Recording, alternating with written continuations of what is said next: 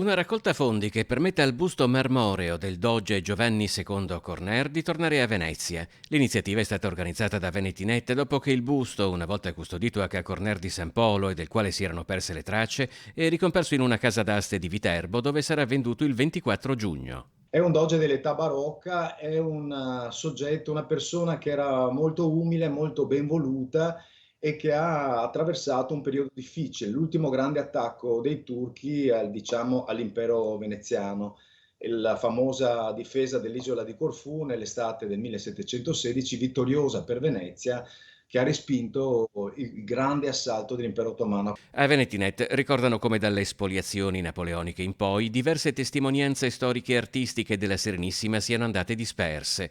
Diverse però potrebbero essere recuperate.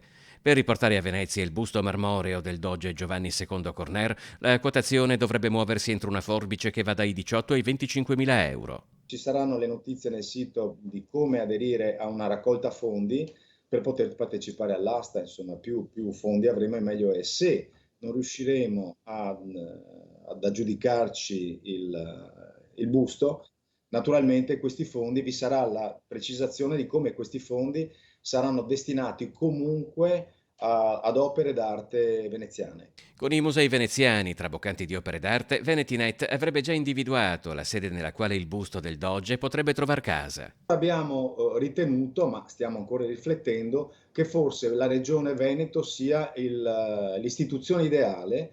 Ha dei luoghi come il Palazzo Grandi Stazioni che sono, diciamo così, spogli di iconografia storico-culturale e non sarebbe male che troneggiasse proprio nell'ambito di quel palazzo per ricordare a chi entra quali sono le origini della nostra civiltà.